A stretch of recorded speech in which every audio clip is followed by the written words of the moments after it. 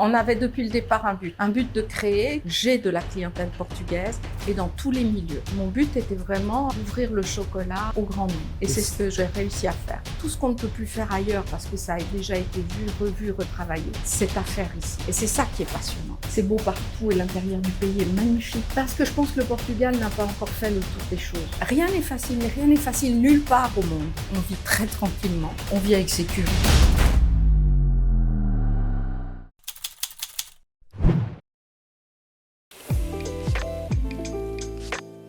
Alors, je connaissais le Portugal parce que j'ai de la famille qui avait déjà une propriété ici au Portugal depuis 100 ans.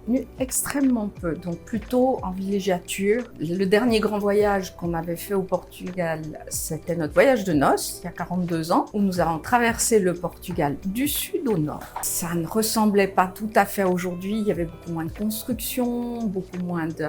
Il n'y avait pas d'autoroute ? Ah non, il n'y avait pas d'autoroute, tout était beaucoup plus typique. Et puis, un arrêt à Nazaré a été fait en dernière minute, tout à fait à l'improviste, parce que mon mari voulait encore voir une fois l'océan avant de rentrer dans les terres. Et là, on avait découvert un village de pêcheurs dans lequel on a eu une aventure très sympathique en souhaitant acheter un azoulé qu'on n'a jamais pu avoir, mais par contre, on est reparti avec des bouteilles de Porto, des dates de naissance de nos parents. Et en fait, un jour, mon mari me dit, écoute, au Portugal, il y a des choses à faire. Nous étions venus avec nos enfants en 2017 pour les 100 ans de Fatima, l'année où il y a eu ces grands feux qui nous ont beaucoup impressionnés et attristés parce que la destruction de cette végétation, tout ce noir, cette odeur de fumée, s'est dit que c'était vraiment bien triste et qu'on pouvait peut-être venir ici, créer quelque chose, faire quelque chose. Et puis, tout d'un coup est venue à mon mari l'idée du chocolat, pour lequel j'avoue, je n'étais pas très enthousiaste. Et puis, en discutant avec des personnes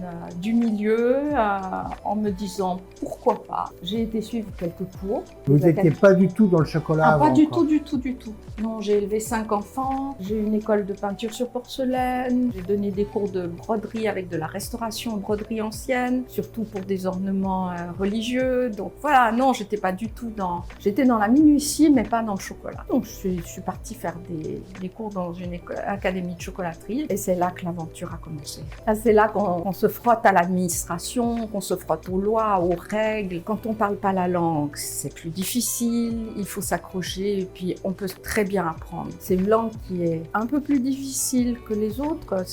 Si on compare par exemple le français avec l'espagnol, c'est plus facile, il y a plus de choses qui peuvent se rejoindre. Le portugais, il y a quand même des mots qui sont plus différents, mais on peut très bien y arriver. On avait depuis le départ un but de créer qui probablement va se concrétiser dans peu de temps avec l'achat d'une propriété au centre du pays, créer de la permaculture, de l'agroforesterie, du tourisme rural et des zones de formation. Ça, c'est le premier projet en fait initial, quoi. Et on y est toujours accroché. Le Portugal n'a pas une culture du chocolat. Même si dans ses colonies, il y en avait du cacao, ils n'ont pas la culture du chocolat. Par contre, ils s'ouvrent de plus en plus à toutes les cultures culinaires différentes. Si vous regardez sur Lisbonne, sur Porto, vous trouvez de plus en plus de chefs, et même des chefs étoilés qu'il n'y avait pas avant, avec des cuisines portugaises revisitées, absolument fabuleuses. Donc, il y a une ouverture qui se crée. Et j'ai des clients portugais. C'est la question qu'on me pose très souvent. Mais est-ce que vous avez de la clientèle portugaise? Alors, je dis oui, j'ai de la clientèle portugaise et dans tous les milieux. Et ça, c'est très important pour moi parce que je ne souhaitais pas vivre que des étrangers qui connaissent, qui ont une culture du goût dans le chocolat. Mon but était vraiment d'ouvrir le chocolat au grand monde. Et c'est ce que j'ai réussi à faire. Hier, j'ai reçu le monsieur qui m'a aidé à installer ce laboratoire et qui m'a dit qu'effectivement, il y a 4 ans, quand j'ai commencé, il vendait 2-3 machines par année. Et aujourd'hui, son marché s'est largement ouvert. Il monte des chocolateries partout au Portugal. Et pas qu'avec des étrangers, avec des Portugais. En 5 ans, il y a eu une grande évolution. Il est clair qu'il y a un apport d'étrangers important. En 2008, beaucoup de Portugais sont partis au moment de la crise et la plupart ne sont pas revenus. Donc, il y a eu un manque dans certains corps de métier, un manque dans certains maîtres d'État. Et ça a été remplacé par beaucoup d'étrangers qui, eux, ont pris cette opportunité de découvrir le Portugal et de se rendre compte qu'il y a beaucoup de choses à faire. C'est un pays qui ne demande que de la bonne volonté pour évoluer. On peut y faire encore beaucoup de choses. Tout ce qu'on ne peut plus faire ailleurs parce que ça ait déjà été vu, revu, retravaillé, c'est à faire ici. Et c'est ça qui est passionnant. C'est qu'à n'importe quel âge, on peut venir et on peut créer. À condition de connaître son métier. Oui, il faut connaître son métier, il faut avoir du sérieux, il faut avoir beaucoup de sérieux, il faut être de confiance. Au moment où on a la bonne image qu'on peut transmettre, de fiabilité, d'honnêteté, il n'y a pas de souci. Alors, on doit quand même faire attention au prix. Le Portugal n'a pas un pouvoir d'achat très élevé. Le Portugais a des salaires bas par rapport à tout ce qu'on trouve dans le reste de l'Europe. Les gens s'imaginent que s'ils vont dans ces endroits-là, ça va être mieux qu'ailleurs. Non, c'est beau partout et l'intérieur du pays est magnifique et on peut encore faire de très belles choses à l'intérieur du pays. Et on n'a pas besoin de rentrer beaucoup. Déjà, le Portugal n'est pas très large, donc on peut très vite être en plein milieu. Et il y a des zones magnifiques avec une histoire formidable et qui a beaucoup à donner. Vous l'avez peut-être pas encore découvert, mais j'ai une deuxième activité, puisque je suis associée avec une Portugaise qui est née à Toronto et qui est revenue au pays, alors qu'il y a toute sa famille est là-bas, ses parents, tout le monde, parce qu'elle avait envie de revenir au Portugal, qu'elle avait aussi envie de retrouver ses racines. Et là, nous avons monté une petite entreprise de cosmétiques naturels, mais une partie des locaux sont destinés au télétravail. Et ça fonctionne très bien. Les locaux sont pleins tout le temps, avec des gens qui sont là. On a des demandes continuelles pour des locaux de coworking. Aujourd'hui, nous sommes le seul endroit avec un coworking à Nazaré. Je pense que ça va très vite fleurir parce que, à part les expats qui sont ici et qui n'ont peut-être pas suffisamment de place dans leur appartement ou maison pour avoir un lieu tranquille pour travailler ou qui ont besoin d'un lieu spécifique pour se mettre au travail, parce qu'on est très vite distrait par la vue de cet océan.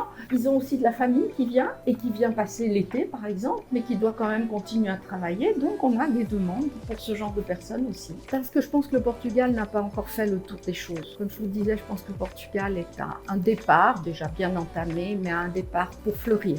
Le Portugal a été un peu le laissé pour compte, l'enfant pauvre, laissé à la traîne. Je dirais que ça, c'est le côté le plus difficile pour nous ici, c'est de trouver des employés. Parce qu'il y a cette image on peut travailler sans se fatiguer. Et ça, je parle de portugais par contre. Une jeune génération qui n'a pas très envie de se fatiguer.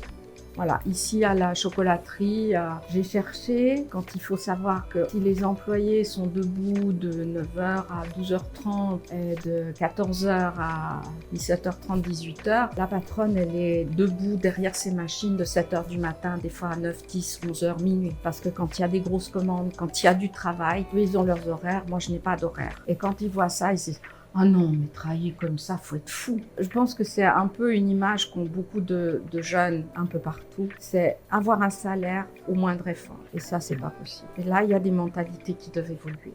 Voilà. Donc ça, c'est une difficulté, c'est d'avoir des salariés portugais motivés. Oui. Ça doit pouvoir exister, mais enfin, c'est vrai que... Mais il faut les trouver, et puis bon, il faut aussi... Il est possible que les plus actifs soient partis à l'étranger pour gagner 5 fois plus parfois, oui. Il y a beaucoup de règles, il y a beaucoup de lois. Pour installer la chocolaterie, je me suis adressée au HACCP, qui est donc un organisme qui vous assiste et qui vous aide à mettre les choses en place en tant que commerçant, en tant que fabricant, et qui vous dit, ben voilà, il y a le classeur des lois portugaises et il y a le classeur des lois européennes. Et elles ne sont pas forcément les mêmes. Donc il faut joindre les deux et il faut être compatible avec les deux. Ça, c'est un exemple, mais ce n'est pas insurmontable. Il y a des gens tout à fait compétents qui peuvent assister, qui peuvent aider. Ensuite, si on vient s'installer et qu'on veut avoir une maison, ouvrir un commerce ou quelque chose, dans les administrations, si on se donne de la bonne volonté, on essaye de communiquer en portugais, on peut tout à fait avoir des réponses. Ils sont très gentils, mais il faut avoir de la patience, beaucoup de patience. Rien ne va se faire dans un claquement de doigts. Mais rien n'est insurmontable. Il faut simplement se donner de la bonne volonté et de la patience. Vraiment. Il faut faire cet effort d'intégration. Moi, j'ai beaucoup d'amis portugais dans tous les milieux et c'est très agréable parce qu'on apprend à connaître le pays, l'histoire du pays, les traditions. Moi, j'aime les traditions culinaires aussi. Bien sûr, c'est pas du raffiné. Mais dans nos pays, à une certaine époque, c'était pas du raffiné non plus. Le raffiné est venu avec le temps. Le pays se raffine petit à petit. Mais à travers aussi les traditions culinaires, on peut découvrir un pays, on peut découvrir des gens. Sucré. Même s'il commence à faire des desserts un peu plus inventifs, il reste hyper sucré. C'est dans leurs habitudes. Alors, on commence quand même à avoir certaines personnes qui souhaitent désucrer les gâteaux et les desserts locaux parce que vous avez malheureusement dû à ce régime alimentaire un nombre de diabétiques très important. Donc, il y a un engouement de plus en plus grand pour les produits moins sucrés. C'est ce qui donne aussi un succès au chocolat noir et au chocolat sans sucre que j'ai. Je pensais m'attaquer à un marché qui était beaucoup plus tourné vers le chocolat au lait, les chocolats plus vifs en sucre. Et non, on a beaucoup de Portugais qui se sont tournés vers les chocolats noirs et qui ont découvert les goûts d'origine du chocolat grâce au chocolat noir. Et c'est très étonnant. Et c'est ce qui fait partie des conférences dégustation que je donne, où j'essaye de faire connaître les chocolats qui se trouvent un peu sur le pourtour de la terre, en restant bien sûr dans des origines, ne négligeant pas du tout les origines sud-américaines. Mais oui, ça fait plaisir à voir qu'on retourne vers le produit plus brut, plus nature, et qu'on l'apprécie. Mais il faut savoir leur expliquer. Il faut avoir la patience d'expliquer, de faire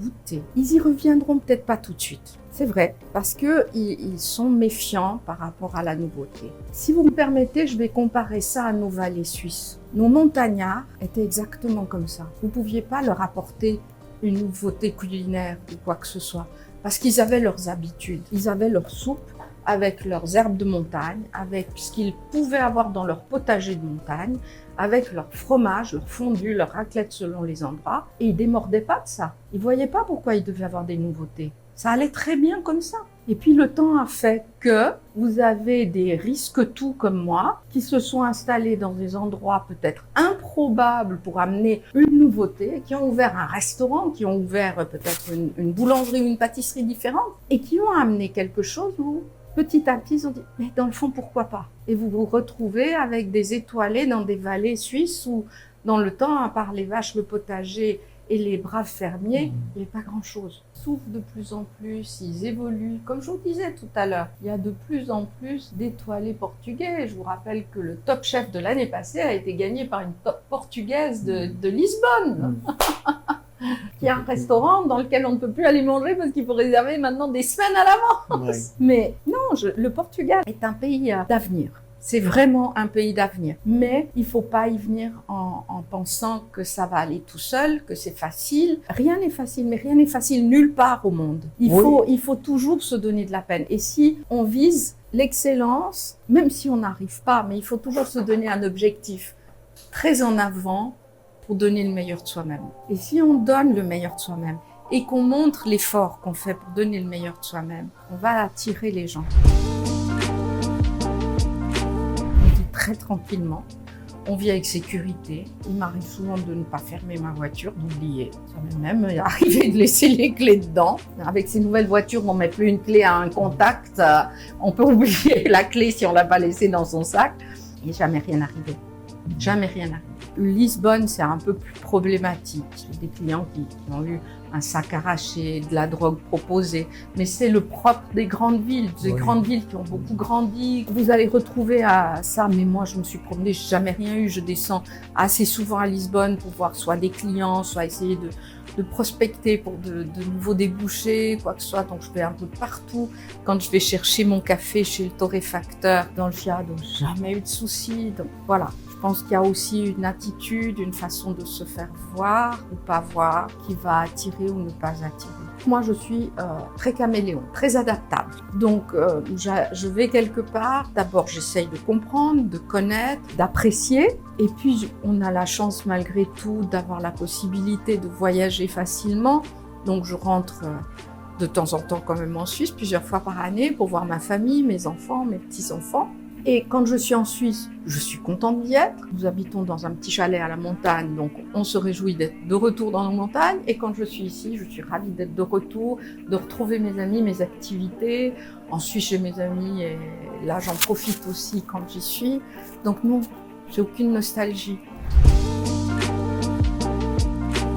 J'ai pas peur. Moi, je dirais qu'ils viennent, qu'ils prennent contact, par exemple, avec quelqu'un comme Carole, qui connaît beaucoup d'entrepreneurs, puisque vous l'avez déjà signalé dans une précédente vidéo. Carole a monté pas un club, mais un réseau d'entrepreneurs qui se retrouve régulièrement et où elle rajoute des entrepreneurs. Son but étant aussi d'y rajouter et d'y convier des entrepreneurs portugais pour que nous ayons un plus grand mélange, pour que nous puissions beaucoup plus interagir, puisqu'on va essayer aussi de partager le travail avec eux. Vous voyez ici, j'ai plein de cartes de visite parce que quand on me dit « je cherche un restaurant », je cherche quelqu'un pour des soins naturels, je cherche un entrepreneur, j'ai ma liste et je conseille et j'aide à trouver, comme elle le fait à travers ce biais-là, qu'ils viennent prendre une chambre d'hôte, qu'ils viennent quelques jours, qu'ils contactent, on leur fait connaître, on leur montre et ils verront qu'on peut travailler, on peut faire des choses. Et surtout qu'ils ne s'arrêtent pas sur les personnes qui ne se sentent pas bien au Portugal.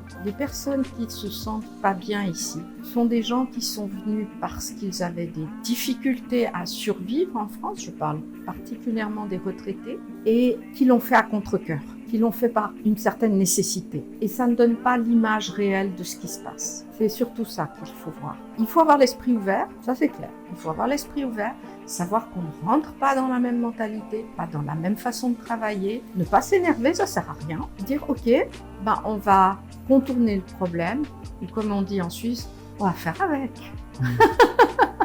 Et si on est souple, on peut s'adapter. Et en s'adaptant, on a des aventures magnifiques qui s'ouvrent devant nous. On peut faire beaucoup de belles choses. Nous travaillons avec un architecte depuis quelques années, portugais, qui a fait toutes ses études au Portugal, qui a travaillé à l'étranger. Il a fait des bâtiments qui ont une importance et un renom aujourd'hui, que ce soit en Chine ou en Angola, qui est revenu au pays. Depuis 1 an, il s'est réinstallé au pays pour reprendre son activité architecturale au Portugal. Il a du travail, mais il travaille aussi pour lui dans une petite propriété à l'intérieur du pays, où il fait de la permaculture pour son plaisir et pour vivre autrement. Et lui-même dit voilà, il faut simplement accepter. Et puis je vous assure qu'il trouve des gens formidables. Qu'est-ce qu'il y a ici alors? Alors là, vous avez les tempéreuses déjà, de chocolat noir et de chocolat au lait avec lesquelles nous travaillons parce que nous faisons quand même des grandes quantités de chocolat. Donc tempérer à la main est un travail long. Ça veut dire quoi, tempérer? Tempérer, ça veut dire amener le chocolat à un bon amalgame entre toutes les textures, toutes les matières qui se trouvent dans le chocolat. Pour ça, vous avez une régulation à faire en température. Vous allez faire des mouvements de température. Vous allez monter votre chocolat à une température d'environ 45-50 degrés, puis il va falloir le faire descendre. Puis il va falloir le faire remonter pour que vraiment le beurre de cacao et la matière de base se mélangent bien. Et ça, on peut le faire en le travaillant à la main ici sur un marbre, en versant un chocolat chaud sur le marbre, en le travaillant à la main pour vraiment obtenir ce refroidissement. Puis il faut le recueillir, il faut le réchauffer et à ce moment-là, le travailler très vite. Ça va quand on fait 1, 2, 3 kilos. Ici, on parle de 24 kilos de chocolat et de 12 kilos ici. Donc, on a notre tempéreuse qui tourne en permanence, qui nous permet de remplir des formes. Voilà, je peux vous en montrer une. Là, vous avez des formes qui sont déjà remplies. Donc, la coque est prête. Après, on va y mettre, par exemple, ici, voilà. Ici, on trouve une ganache à l'orange avec un petit croustillant en bas. Et quand on les démoule, alors ici nous les avons fait avec des dessins, vous en trouvez qui sont ici nature, on se retrouve avec une ganache à la verveine, là vous avez une ganache au porto, une ganache au cassis, voilà, on va se retrouver avec différents produits qu'on peut mettre dans ces chocolats et quand ils sortent du moule, ils ont leur petite forme. Alors au niveau des saveurs, on arrive à 36 saveurs différentes dans les grands bonbons. Et là, on a débuté la fabrication des mini que je ne fais qu'à certaines périodes de l'année. C'est un long travail fastidieux, voilà. Là, vous voyez un moule prêt à être rempli. Comme vous voyez, il s'agit de chocolat de 2 grammes, alors qu'ici, vous avez des chocolats de 9 grammes. Donc, c'est un travail minutieux. Et une fois qu'on les aura préparés, il va y avoir le travail de décoration. Tout se fait manuellement. Comme vous voyez ici, c'est pour une quinta, ça c'est un travail demandé dans une quinta avec leurs recettes et leur porto. Tout est dessiné à la main. Et là, vous avez toutes les fèves, alors c'est ça? Non, là c'est ce qu'on appelle donc les palais. Je vais vous en montrer ici. Voilà à quoi ça ressemble. Et c'est ça que nous mettons dans les tempéreuses pour faire fondre. Donc là, vous avez un chocolat qui est non tempéré, donc il est assez mat. Et lorsque il est bien tempéré, vous le retrouvez brillant au sorti du moule. S'il y a une erreur de tempérage, vous n'obtiendrez ni la brillance, ni la régularité. Vous allez trouver un chocolat qui peut avoir des taches blanchâtres, qui ne se démoulera pas ou mal. Donc voilà, il faut être très attentif au travail. Ça demande de la minutie et de la précision. Et comment on fait pour mettre un liquide comme du Porto, des choses dedans? C'est une ganache, c'est pas un liquide. Ah. Si vous voulez mettre un liquide dans un chocolat, vous devez créer une croûte en sucre parce que le chocolat est poreux. Et sinon, le liquide va sortir, va transpirer hors du chocolat. Donc, quand vous avez par exemple des Mon Chéri, ce qui est le classique avec la cerise et l'alcool dedans, il y a une carapace de sucre à l'intérieur qui a étanchéifié votre chocolat. On fait ça? Alors, on prend l'alcool, on le chauffe avec le sucre, il y a une certaine quantité à respecter, et ensuite on va remplir les alvéoles de chocolat et on va laisser cristalliser. Ça prend entre 24 et 48 heures. Votre sucre va créer une carapace au-dessus et tout autour et en dessous. Il va donc sortir de l'alcool. L'alcool va rester au milieu, le sucre fabrique sa carapace et après vous amenez la dernière couche de chocolat pour refermer l'ensemble. Vous faites aussi ça ou non? Non, parce que j'ai une philosophie, c'est de ne pas rajouter de sucre. Oui. Vous ne trouverez jamais de sucre rajouté. Le sucre qui se trouvera dans le chocolat au lait et le sucre qui est déjà dans le chocolat, je ne fais aucun apport de gras ou de sucre. Le seul apport qu'il y aura, ce seront des ganaches où il y a de la crème. Alors évidemment, si je vous fais un caramel au beurre salé, évidemment là, on va faire un caramel, on apportera du sucre. Mais sur les ganaches, je n'apporte aucun sucre. Donc là, je ne travaille qu'avec des produits purs. Des palais, vous appelez ça des palais? Les palais. Vous rajoutez plus jamais de sucre à partir de ça? Non. Et ça vient du fournisseur. Ça vient du fournisseur. Alors là, et lui, il met du sucre quand même pour vous apporter ça, ou il y a un peu de sucre quand même dedans? Ah, là, oui, parce qu'un chocolat, un chocolat, vous savez combien il a de sucre en regardant son pourcentage. Un chocolat à 95% aura 5% de sucre pour équilibrer et faire le 100%. Si vous avez un chocolat à 50%, c'est que vous avez 50 sucre, 50 chocolat. On ne peut pas faire du 100%. Si, j'ai du 100%. Mais c'est très amer ou c'est très... Alors, c'est beaucoup plus amer, mais vous savez, l'amertume vient aussi... Alors, le cacao de base, la fève est amère, mais après, l'amertume peut être accentuée par la torréfaction. Tout dépend comment la fève a été torréfiée. C'est comme le café, la même chose. Plus vous torréfiez, plus vous montez la température, plus ça va être amer. Donc tout ça est un jeu d'équilibre. Je pourrais vous faire goûter, vous verrez un pourcentage très élevé où vous me direz « Ah mais c'est drôle, c'est pas amer. » Parce que c'est travaillé différemment, parce que c'est surveillé dans sa torréfaction. Au départ, j'ai travaillé avec une maison suisse, qui est la dernière maison main familiale en Suisse, qui transforme les fèves de cacao jusqu'à ce qu'on appelle des palets, des petites pastilles, qui vont arriver chez les chocolatiers, pâtissiers ou même cuisiniers pour pouvoir créer des tablettes, des plaques différentes, des bonbons de chocolat, des fruits secs enrobés, etc., etc. Et aujourd'hui, j'évolue beaucoup. Donc ça, c'est tout ce que je travaille avec cette maison en Suisse, la maison Felschlin, qui sont des quantités de provenance différentes. On passe de Madagascar au Ghana, du Ghana au Costa Rica, en Bolivie, en République dominicaine, etc. Et puis j'ai découvert qu'en fait, le Portugal avait aussi un lien avec le cacao. Parce que les premiers colonisateurs du Cameroun étaient des Portugais. Et le nom Cameroun vient de Camarões, qui sont les crevettes en portugais. Parce qu'ils ont trouvé en arrivant des rivières farcies de crevettes. D'où le nom de Cameroun. Et là, je travaille maintenant directement avec une ferme au Cameroun. Ce sont des hectares de plantation. Et très curieusement, ce monsieur qui a travaillé pour un Médecins sans frontières a rencontré sa femme lausannoise, comme moi, par ce biais-là. Et ils ont créé leur ligne de production en Suisse. Et du coup, son chocolat m'a beaucoup impressionnée par son goût de terroir extrêmement particulier et différent de ce dont on a l'habitude, par sa manière à lui de travailler, qui est aussi très évoluée. Et ça m'a donné un chocolat d'exception que je travaille avec plaisir. Mais surtout, c'est celui-ci, mais surtout, il a un lien avec le Portugal. Et je commence à travailler un autre chocolat qui vient d'une autre ferme en direct, toujours avec les producteurs en direct, mais qui, eux, transforment leurs fèves sur place à Sao Tomé et qui amènent ici au Portugal les palais. Tout ce qui vient ou part à Sao Tomé transite obligatoirement par Lisbonne. Je suis en pour parler aujourd'hui pour avoir aussi une petite production qui vient du Brésil, qui est aussi un lien important avec le Portugal. Donc voilà, j'ai essayé de mettre ensemble vraiment des produits transformés ou existants au Portugal avec les chocolats transformés en Suisse. Aujourd'hui, je pars dans une dynamique supplémentaire, c'est-à-dire avoir des produits qui viennent directement des quintas qui produisent les fèves, mais à se prendre à connaître quelles sont les autres productions qu'ils ont sur leur propriété pour faire un mélange, créer des recettes avec des produits qui poussent chez eux. Donc mélanger par exemple du cacao avec de la vanille à Sao Tomé. Ils ont de la vanille, ils ont du café, ils ont de la cannelle, ils ont de la coco.